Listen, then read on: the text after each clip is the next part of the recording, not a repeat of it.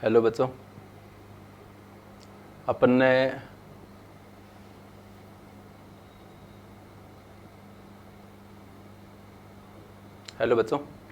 अपन अभी चैप्टर कर रहे हैं विद्युत।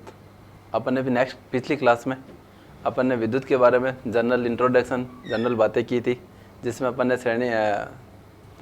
अपन ने देखा था कि आई धारा क्या होती है, विभवांतर क्या होता है और प्रतिरोध क्या होता है, ओम का नियम क्या होता है, और एक लास्ट में जो चीज़ देखी थी फ्यूज तार का कॉन्सेप्ट समझा था, जो कि बहुत ही ज़्यादा काम का होता है।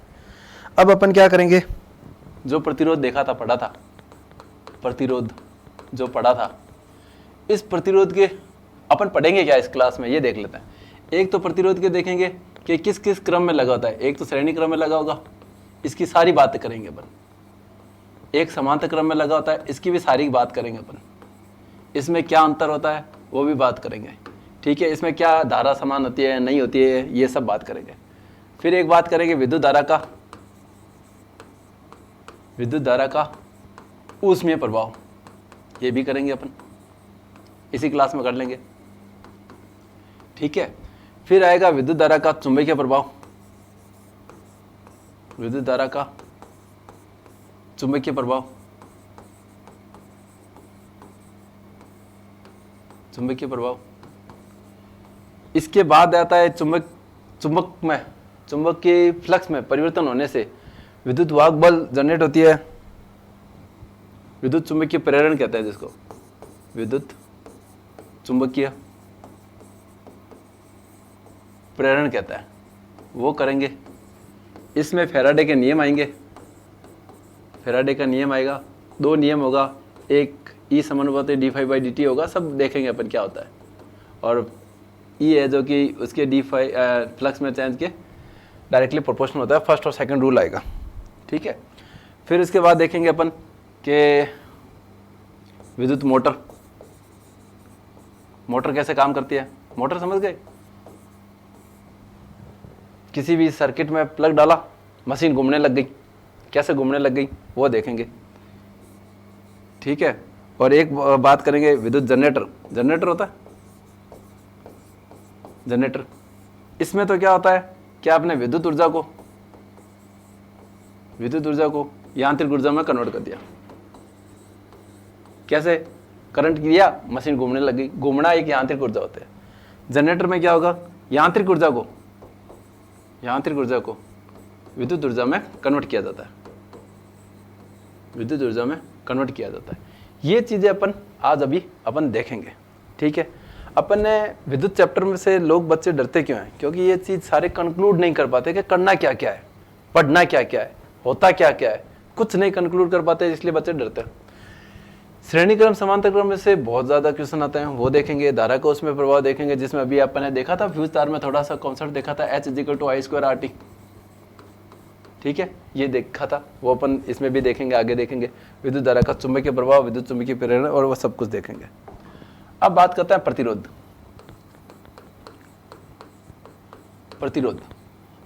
होता है तार, किस किस क्रम में लग सकता है? दो क्रम में लग सकता है। पहले तो श्रेणी क्रम में, और दूसरा लग सकता है समांतर क्रम में। पहले इसके डिफरेंस ही कर लेते हैं। समांतर क्रम में दो तरीके से प्रतिरोध लग सकता है। पहली बात आती है, ये कब यूज होता है, देखा होगा आपने, सजावटी छोटी लाइट होती है जो घरों में दीपावली में जली होती है, छोटी लाइट, वो श्रेणी क्रम होती है। इसमें क्या होता है, एक लाइट होती है लट्टूड़ी, एक लट्टूड़ी या एक लाइट फ्यूज हो जाती है तो सारी की सारी लाइट बंद हो जाती है। इसमें होता है सजावटी छोटी लाइट, ये श्रेणी क्रम है। इसमें क्या होता है, एक लाइट बंद होने से सारी लाइटें बंद हो जाती है। ये कहाँ काम आता है? घरों में कहे कि क्या यूज होता है, समांतर क्रम यूज होता है, ठीक है। श्रेणी क्रम में क्या होता है कि धारा और विभवांतर दो चीजें होती है, ठीक है। श्रेणी क्रम में क्या होता है, धारा समान होती है। धारा क्या होती है? समान होती है। कैसे? देखो भाई साहब, ये एक रहा, ये एक रहा, ये एक रहा, तीन प्रतिरोध है, R1, R2 R3। ठीक है, इसमें क्या होएगा, विभवांतर समान होता है। विभवांतर दो सिरों के मध्य विभवांतर समान होता है। देखिए कैसे समांतर क्रम है, एक ये रहा प्रतिरोध, एक ये रहा प्रतिरोध, एक ये रहा प्रतिरोध। ठीक है, इसमें R1 R2 R3, इनके देखो सिरों के मध्य विभव देख लो, सब में विभव समान है। इसमें क्या धारा I ली, यही धारा I सब में जा रही है। लेकिन विभव की बात करें, यहाँ देखो V1, यहाँ देखो विभव V2। ये चीज़ अगर याद हो गई ना, पता चल गया ना, सारे क्वेश्चन कॉन्सेप्ट क्लियर हो जाता है। इसमें धारा देखो, ये धारा I जा रही थी, ये I1 में टूटी, I2 में टूटी, I3 में टूटी। ठीक है, इसमें यहाँ पे स्विच यहाँ होता है। ठीक है, मान लो R1 R2 R3 समांतर क्रम घरों में जो यूज लेते हैं, मान लो अपने को R1 चालू करना है, तो इसको देखो यहाँ पे ऑन किया तो देखो करंट यहाँ जा रही है, करंट आ रही है यहाँ से आ रही है, तो यहाँ देखो यहाँ गई, यहाँ गई, यहाँ गई, यहाँ गई, और यहाँ करके सर्किट कंप्लीट हो गया, आपका जल गया। अब आपको सर ये दो तो चालू किए नहीं अभी तक, इसको बीच में से ना साफ करें क्या,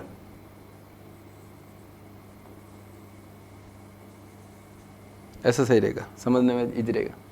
ये देखो डॉट लगा दिया, मतलब ये चालू है तो खाली धारा इसमें ही जा रही है और इसमें इन दोनों में नहीं जा रही है। मतलब अगर आपने पंखा चालू किया ना तो सिर्फ पंखा ही चालू होगा, ट्यूबलाइट, लाइट, टीवी नहीं चालू होगी, क्योंकि इसमें अभी तक लाइट गई नहीं है। अब आपको लगा सर पंखा तो चला ही लिया, तो क्यों ना टीवी चला ली जाए, चला लो टीवी। ये देखो इसमें और धारा गई, तो आपको देखो टीवी भी चल गई, दोनों के चले गए। फिर आपको लगा सर पंखा चालू हो गया, टीवी चालू हो गया, क्यों ना एसी भी चला ही ली जाए, आराम से जी लेते हैं अपन, आराम से टीवी देख लेते हैं। ये लो देखो आपकी एसी भी चालू हो गई, तीनों चालू हो गए। अब आपको पता है टीवी चालू कर रहे हो तो आधे घंटे 1 घंटे के बाद पेरेंट्स आते हैं, भाई ये क्या कर रहा है, टीवी बंद कर। तो अपने टीवी को बंद कर दिया, देखो टीवी बंद हो गई। तो खाली टीवी बंद हुई है और दूसरी चीजें बंद नहीं होगी। ये होता है समांतर क्रम का सिस्टम। ठीक है, अब बात आती है इसमें धारा समान होती है, इसमें विभवांतर समान होता है, तो अलग क्या होता है, विभवांतर अलग होता है।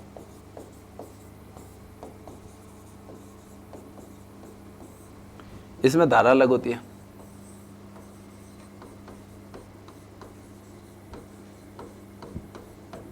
धारा अलग अलग होती है। ठीक है, अब और बात करते हैं एक श्रेणी क्रम में। श्रेणी क्रम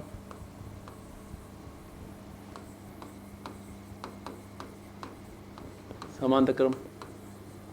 ठीक है, श्रेणी क्रम में देखा कि क्या होती है, धारा समान होती है, तो I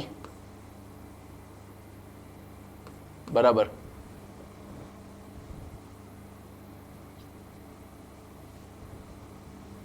धारा समान है। ठीक है, V अलग अलग है।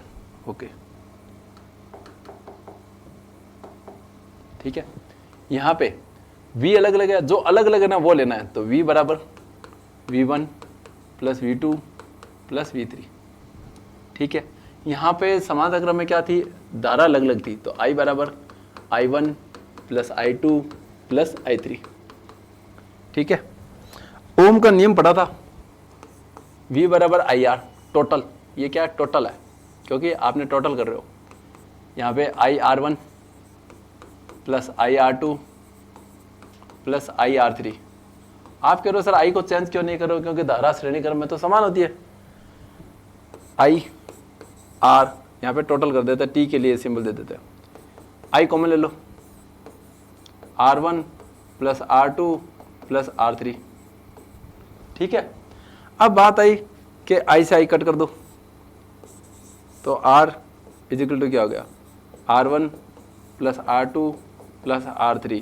ये बच्चे याद रखते हैं कि श्रेणी क्रम में अगर प्रतिरोध याद करना है तो R1 plus R2 plus R3 आया क्यों, विभवांतर अलग अलग था, वैल्यू पुट कर दो, R1 बराबर R1 plus R2 plus R3 आ जाएगा।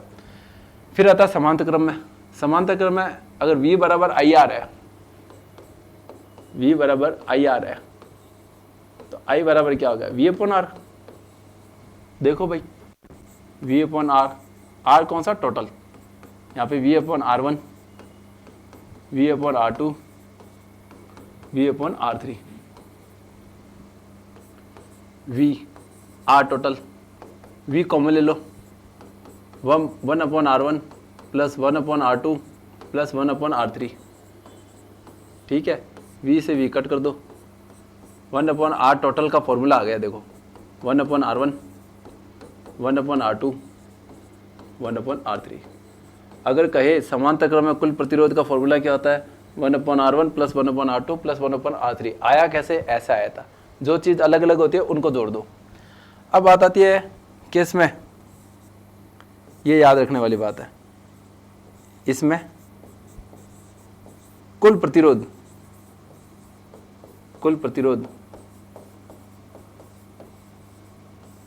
अन्य प्रतिरोध से ज्यादा होता है, अन्य प्रतिरोध से ज्यादा होता है, अन्य प्रतिरोध से ज्यादा होता है। ये याद रखना। यहां पे समांतर क्रम में क्या है, कितने हो गए थे? 3 हो गए ना, 3 नंबर पॉइंट हो गए। चौथा नंबर पॉइंट करो ये, 5 नंबर पॉइंट करो ये। इसमें 5 नंबर पॉइंट क्या करें? कुल प्रतिरोध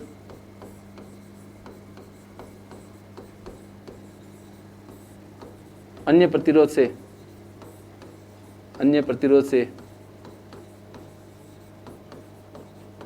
छोटा होता है। क्या होता है? छोटा होता है। देखो कुल है लेकिन आंसर छोटा आ रहा है, कम आ रहा है, छोटा होता है। ये चीज ध्यान रखनी होती है। आए समझ में? अब देखो एक क्वेश्चन कर लेते हैं जिसके बेस पे अपने को सब समझ में आ जाएगा। ये लिया, ये लिया, ये लिया, ये लिया, ये है।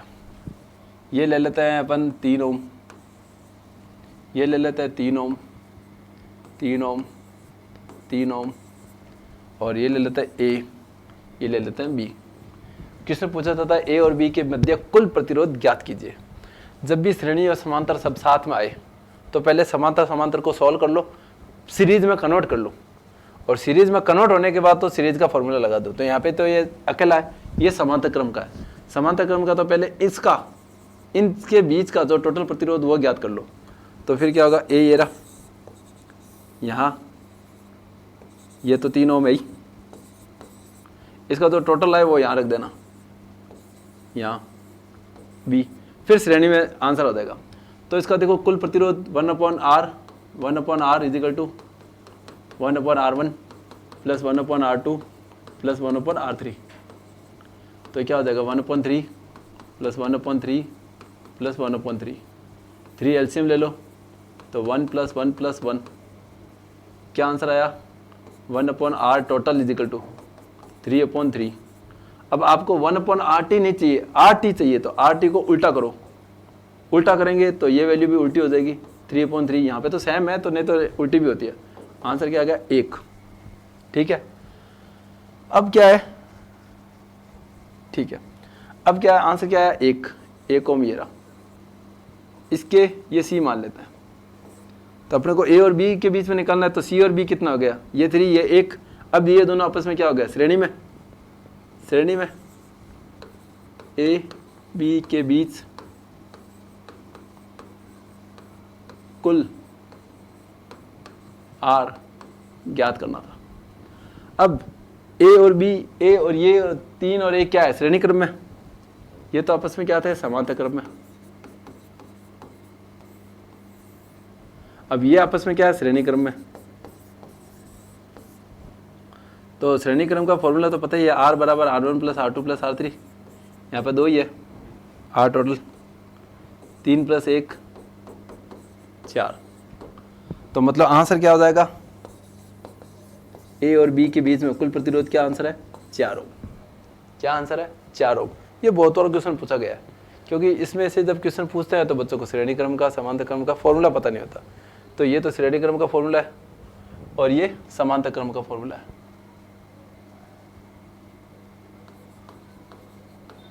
पहले हमेशा समांतर क्रम को सॉल्व करो, समांतर क्रम को सॉल्व करके फिर श्रेणी क्रम में कन्वर्ट कर दो, उसके बाद श्रेणी क्रम ले लो, फिर आंसर आ जाएगा, हमेशा सही आंसर आएगा, जो कि हो गया 4 ओम। अब अपन ने देखो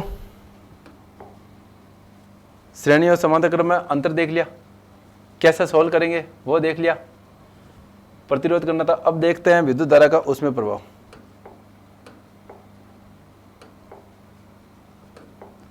अब क्वेश्चन, अब अपन टॉपिक देख रहे हैं विद्युत धारा का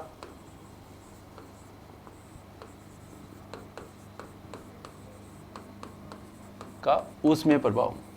ऊष्मीय प्रभाव भाई ये तेज तो नहीं हो रहा, क्योंकि देखो श्रेणी क्रम समांतर क्रम, श्रेणी क्रम में कुल प्रतिरोध R टोटल बराबर R1 plus R2 plus R3, समांतर क्रम में कुल प्रतिरोध अगर निकालना है तो 1/R टोटल बराबर 1/R1 plus 1/R2 plus 1/R3। इसके न्यूमेरिकल क्वेश्चन करेंगे अपन जब उस वक्त, और अपन रिवाइज कर लेंगे। विद्युत धारा का उसमें प्रभाव इस क्या होता है, जब किसी तार में या कोई भी चालक में, तार में धारा प्रवाहित की जाती है। क्या? धारा प्रवाहित की जाती है, तो उसमें ऊष्मा उत्पन्न होती है, उसमें ऊष्मा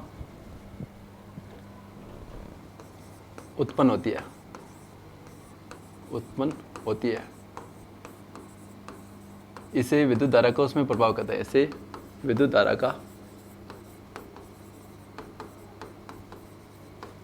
का ऊष्मीय प्रभाव कहता है, ऊष्मीय प्रभाव कहते हैं। अब आप कहोगे सर हमें कैसे याद रहे? भाई एडिंग देखो, विद्युत धारा प्रवाहित करने पर ऊष्मा उत्पन्न होती है, उसी को तो विद्युत धारा का उसमें प्रभाव कहता है। तो कोई याद रखने की जरूरत ही नहीं है। आपने इसका एग्जांपल देखो, एग्जांपल प्रेस, करंट पास की, गर्म हो गया। रोड होती है कौन सी? गर्म पानी करने वाली रोड। सर्किट ऑन किया, गर्म हो गई, पानी को गर्म कर दिया। और कौन सा? हीटर। सर्किट ऑन किया, हीटर की वायर नाइक्रोम की जो बनी होती है वो गर्म हो गई। बल्ब ऑन किया, नाइक्रोम की वायर गर्म हुई, हीट उत्पन्न की, ऊष्मा उत्पन्न की, विद्युत धारा का उसमें प्रभाव कहलाता है। इसके लिए फॉर्मूला होता है H = I² RT। H = I² RT। H यहाँ क्या है? ऊष्मा। I क्या है? धारा। R क्या है? प्रतिरोध। T क्या है? ताप। ताप T क्या है? ताप।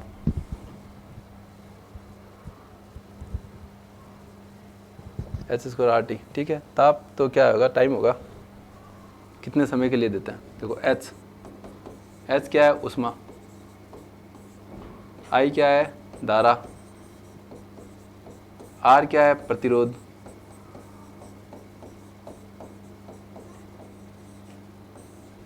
और T क्या है? समय। सॉरी, ताप नहीं है, समय। कितने समय के लिए दी? T समय। जैसे ही कैलकुलेट करोगे आंसर आ जाएगा आपका, है ना। ये है विद्युत धारा का उसमें प्रभाव।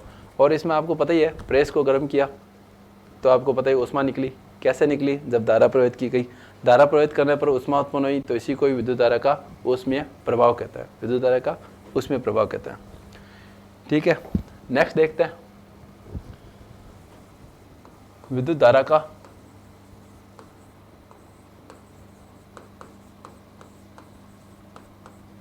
चुंबकीय प्रभाव। चुंबकीय प्रभाव, अब तो भाई डेफिनेशन अपना आप ही पता चल गई। जब किसी में चालक तार में या किसी में भी जब धारा प्रवाहित की जाएगी तो वो चुंबक की तरह, चुंबकीय क्षेत्र बना देगा, चुंबक की तरह बिहेव करेगा, तो उसको कहते हैं विद्युत धारा का चुंबकीय प्रभाव। क्या होता है देखो, किसी चालक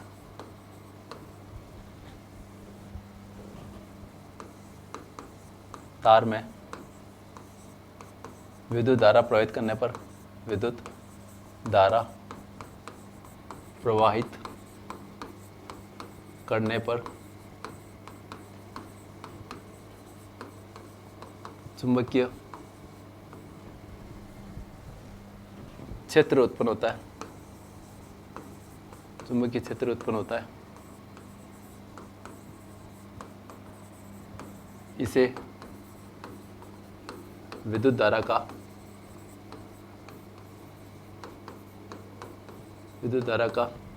चुंबकीय प्रभाव कहता है, विद्युत धारा का चुंबकीय प्रभाव कहता है।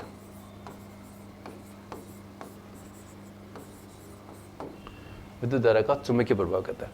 अब ये विद्युत धारा का चुंबकीय प्रभाव समझने के लिए 3 रूल होते हैं। विद्युत धारा का चुंबकीय प्रभाव क्या, इस विद्युत चैप्टर में जो भी कॉन्सेप्ट है वो इन 3 रूल के बेस पर होता है। विद्युत धारा का चुंबकीय प्रभाव, किसी भी विद्युत चालक तार है, मान लेते हैं ये चालक तार है, इसमें ये देखो चालक तार में से धारा प्रवाहित हो रही है, इसके चारों और चारों विद्युत क्षेत्र उत्पन्न हो जाएगा, विद्युत क्षेत्र उत्पन्न हो जाएगा, तो उसको विद्युत धारा का चुंबकीय प्रभाव कहता है। ऐसे विद्युत क्षेत्र, चुंबकीय क्षेत्र उत्पन्न हो जाता है। ये तो है धारा और ये है चुंबकीय क्षेत्र। अब आप कहोगे सर हमें कैसे पता है इस चुंबकीय क्षेत्र की दिशा क्या होगी, क्या कुछ नहीं होगी। तो दिशा को ज्ञात करने के लिए नॉर्मली इस विद्युत चैप्टर में 3 रूल होते हैं, बहुत ही ज़्यादा इंपॉर्टेंट है और कॉन्सेप्ट है ये। देखो रूल, और इस रूल के तो आप चाहो तो कितने भी स्टार लगा लो, चाहो तो कोई कम नहीं है इसके, तो है ना।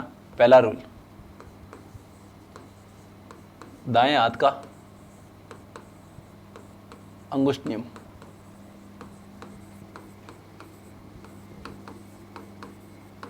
दाएं हाथ का अंगुष्ठ नियम ये क्या कहता है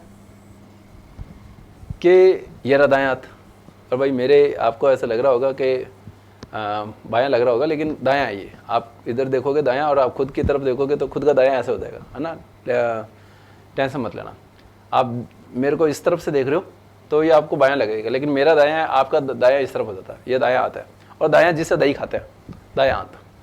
अब बात आई कि कैसे ये रूल काम करता है। ये धारा प्रवाहित हो रही है, ये देखो, तो अंगूठे को तो ले लो धारा की दिशा में, ले ली धारा की दिशा में, ले ली धारा की दिशा में, ले ली धारा की दिशा में। चुंबकीय क्षेत्र देखो, अंगुलियां कैसे घूम रही है, ऐसे घूम रही है, ऐसे। तो ये हो गई चुंबकीय क्षेत्र की दिशा। तो चुंबकीय क्षेत्र की दिशा कैसे हो गई, ऐसे।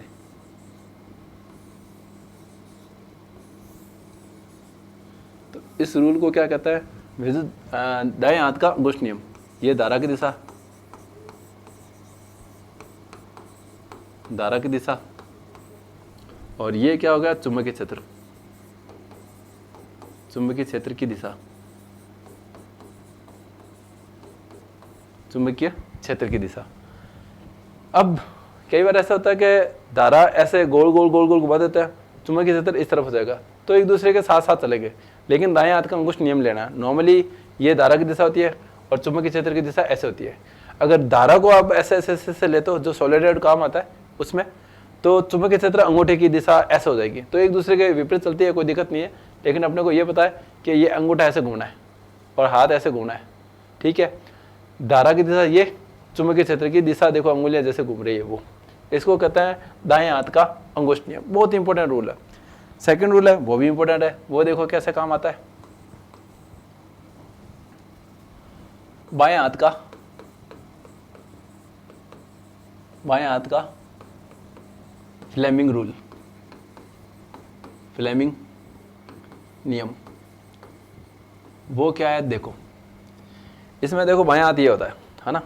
इसमें क्या है, बाएं हाथ ये रहा, 3 हो गई, 4 5, ये देखो हाथ। भाई ये थोड़ा सा डायग्राम है ना, ऐसे ही बन रहा है मेरे से, तो जो भी है चला लेंगे। ये देखो F को शो करेगा फोर्स, बल को, और ये हमेशा किसको शो करता है, B, चुंबकीय क्षेत्र को।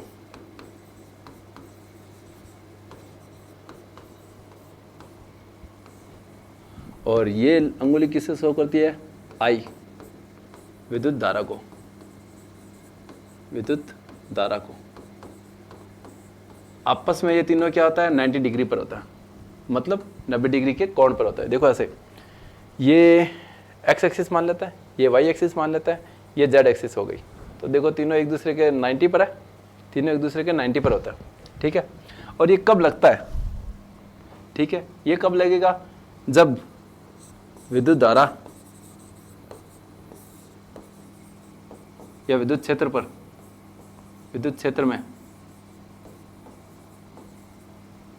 उत्पन्न, जब बल ज्ञात करना हो, उत्पन्न बल की दिशा, बल की दिशा ज्ञात करने के लिए, बल की दिशा ज्ञात करने के लिए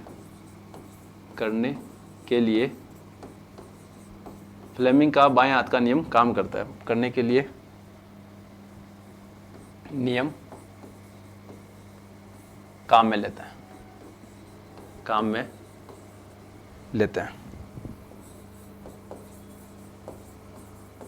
देखो भाई साहब, अब देखो ये क्या क्या है, फ्लेमिंग बाएं हाथ ये रहा। अब ये तो दिशा दिखाता है फोर्स की, ये दिखाता है चुंबकीय क्षेत्र की, ये दिखाता है विद्युत धारा की।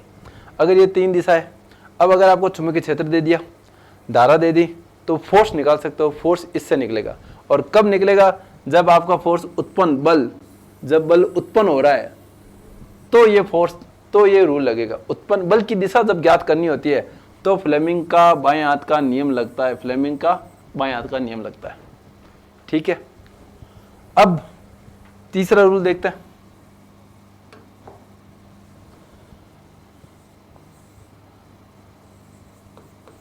दाएं हाथ का, फ्लेमिंग के दाएं हाथ नियम,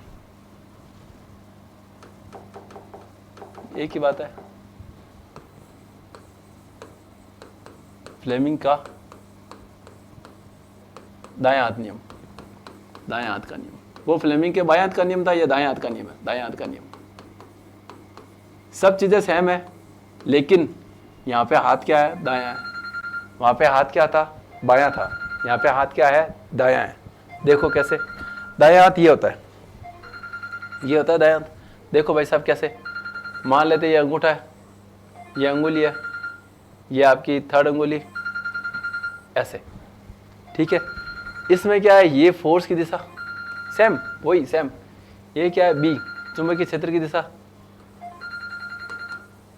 चुंबकीय क्षेत्र की दिशा। और ये किसको शो करता है, धारा की दिशा को। किसको शो करता है, धारा की दिशा को। धारा क्या होती है, आई की दिशा, ये शो करता है। अब अपने टेंशन ये रह जाएगी, सर जो उत्पन्न बल था उसकी दिशा निकालने के लिए तो लेफ्ट हैंड का रूल लिया था, अब ये राइट हैंड का रूल कब निकलेगा, जब प्रेरित धारा जो कि उत्पन्न होती है, उत्पन्न होगी, उत्पन्न होती है या जनरेट होती है, उत्पन्न होगी, प्रेरित धारा की अगर दिशा निकालनी हो, कि दिशा ज्ञात करने के लिए, ज्ञात करने के लिए, करने के लिए। और ये प्रेरित धारा की दिशा कहाँ कब ज्ञात करेंगे, नॉर्मली एग्जांपल होता है जनरेटर में। जनरेटर होता है, आपने जनरेटर चला, दर दर दर दर दर दर की आवाज़ आती है, फिर उसके बाद आपकी लाइट आ जाती है। लाइट आती है तो धारा प्रेरित होती है, धारा बढ़ रही है, तो उसमें रूल लगता है फ्लेमिंग के दाएं हाथ का नियम। और फ्लेमिंग के बाएं हाथ का नियम कब लगेगा, जब आपके पास धारा है, चुंबकीय क्षेत्र है, लेकिन बल निकालना हो, तो उसमें फ्लेमिंग के बाएं हाथ का नियम लगता है। एक क्वेश्चन दे देता हूँ जिससे पता चल जाए कि देखो कितना समझ में आया, क्या कुछ समझ में आया। क्वेश्चन, ये ए बी एक वायर है, तार है। ये यहाँ पे देखो सी और डी एक तार है। ए बी तार में धारा इस तरफ दिखाई दे रही है, सी डी में भी धारा इस तरफ दिखाई दे रही है। क्वेश्चन ये है, ए बी तार के कारण सी डी तार पर उत्पन्न बल की दिशा ज्ञात करो, उत्पन्न बल की दिशा ज्ञात करो, ज्ञात करो। मतलब वो जो तार है सी डी ए बी की तरफ जाएगा या सी ए बी से दूर चला जाएगा, तो उत्पन्न बल की दिशा, जब बल की दिशा ज्ञात करनी है तो कौन सा रूल लागू करता है, बाएं हाथ का नियम। फ्लेमिंग, एक तो पहले याद आ गया, समझ गया कि फ्लेमिंग के बाएं हाथ का नियम काम में लेना है, कि जो बल की दिशा जब ज्ञात करनी होती है। ठीक है भाई साहब, अब यहाँ पे पहला दूसरा सब रूल काम में ले लेंगे। देखो यहाँ पे देखो ए बी के कारण सी डी पर है, तो ए बी में देखें, पहले ए बी में रूल लगाता है दाएं हाथ का अंगुष्ठ नियम, ऐसे धारा गई तो चुंबकीय क्षेत्र ऐसे है। ठीक है, इसके कारण चुंबकीय क्षेत्र ऐसे, देखो ऐसे मान लेते हैं, ये एक तार है, ये एक तार है, चुंबकीय क्षेत्र ऐसे घूम रहा है, तो इसका चुंबकीय क्षेत्र इस पे ऐसे जा रहा है, तो इस पे जा रहा है तो ये अंदर की तरफ जा रहा है। चुंबकीय क्षेत्र जब अंदर की तरफ होता है ना, तो उसको क्रॉस से शो कर दो, ये जाके ऐसे अंदर जा रहा है, इधर अंदर जा रहा है, उधर कोई तार होता तो बाहर निकलता, अंदर की तरफ जा रहा है, तो ये क्रॉस क्या सर शो कर रहा है, चुंबकीय क्षेत्र बी अंदर की तरफ है, और बाहर की तरफ होता तो क्या करते, डॉट लगा देते, डॉट है जो कि बाहर की तरफ लगा देते हैं, और क्रॉस होता है तो अंदर की तरफ लगा देते हैं। ठीक है भाई साहब, अब सी डी पर आपको फोर्स निकालना है। ठीक है, फोर्स के लिए फ्लेमिंग का दायां हाथ का नियम ले लो। चुंबकीय क्षेत्र, ये चुंबकीय क्षेत्र है, इसको देखो अंदर लिया, चुंबकीय क्षेत्र अंदर हो गई सर, यहाँ धारा की दिशा इधर हो गई, फोर्स किधर लग रहा है, ऊपर की तरफ लग रहा है, मतलब सी डी क्या जाएगा, ए बी की तरफ जाएगा, ए बी की तरफ जाएगा, तो आंसर क्या हो जाएगा, सी डी तार ए बी की तरफ आकर्षित होगा, आकर्षित होगा। इसमें कौन सा रूल लगाया था अपन ने, यहाँ पे फोर्स निकालने के लिए, यहाँ पे फ्लेमिंग के बाएं हाथ का नियम, चुंबकीय क्षेत्र निकालने के लिए यहाँ पे कौन सा रूल लगाया था, दाएं हाथ का अंगुष्ठ नियम लगाया था अपन ने। क्या लगाया था, दाएं हाथ का अंगुष्ठ नियम, जो पहला रूल था ये लगाया था। इससे क्या, चुंबकीय क्षेत्र निकल गया, चुंबकीय क्षेत्र की दिशा निकल गई, और इस पे चुंबकीय क्षेत्र की दिशा निकल गई, और इससे अपन ने फ्लेमिंग के बाएं हाथ के नियम से फोर्स की दिशा निकालनी, तो दो नियम एक साथ लगता है। बहुत ही गजब का क्वेश्चन है ये। अपन ने देखो ये कर लिया, सारे नियम कर लिए। अब बात आती है, अब अपन करेंगे देखो विद्युत धारा का चुंबकीय प्रभाव, विद्युत धारा का उसमें प्रभाव, ये सब देख लिया। अब देखते हैं विद्युत चुंबकीय प्रेरण, चुंबकीय प्रेरण, चुंबकीय प्रेरण, चुंबकीय प्रेरण क्या होता है कि चुंबकीय क्षेत्र में, चुंबकीय क्षेत्र में परिवर्तन करने से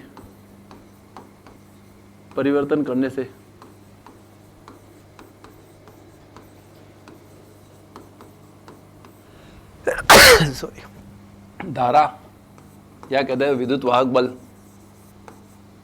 विद्युत वाहक बल ई उत्पन्न होता है, उत्पन्न हो तो उसे चुंबकीय प्रेरण कहता है, तो उसे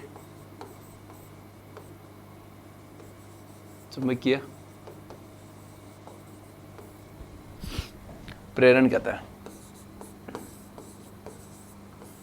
चुंबकीय प्रेरण, चुंबकीय प्रेरण ये कह दो कि चुंबक है आपके पास, एन और एस, चुंबकीय चुंबक बनी है, एन और एस इसके पोल होता है, ऐसे ये देखो चुंबकीय होती है। ठीक है, ये एन पोल, ये एस पोल। ठीक है, अब इसमें चुंबक में आपने क्या है कि देखा होगा, चुंबक विपरीत ध्रुव हमेशा क्या करता है, आकर्षित करता है। क्या करेंगे, आकर्षित करेंगे।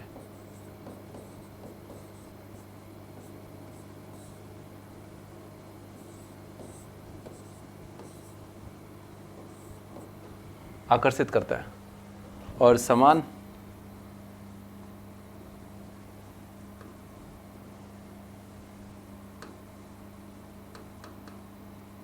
विपरीत ध्रुव हमेशा आकर्षित करता है। ये अभी कोई इसमें टेक्निकल मिस्टेक आ गई होगी, टेक्निकल मिस्टेक आ गई होगी, अपन नेक्स्ट की क्लास है जो कि कल करते हैं, है ना। और इसके बारे में अपन आगे और पढ़ेंगे, चुंबकीय प्रेरण को आगे काम में ले लेंगे और इसी को ही दोबारा बता देंगे। ठीक है, ओके, बाय।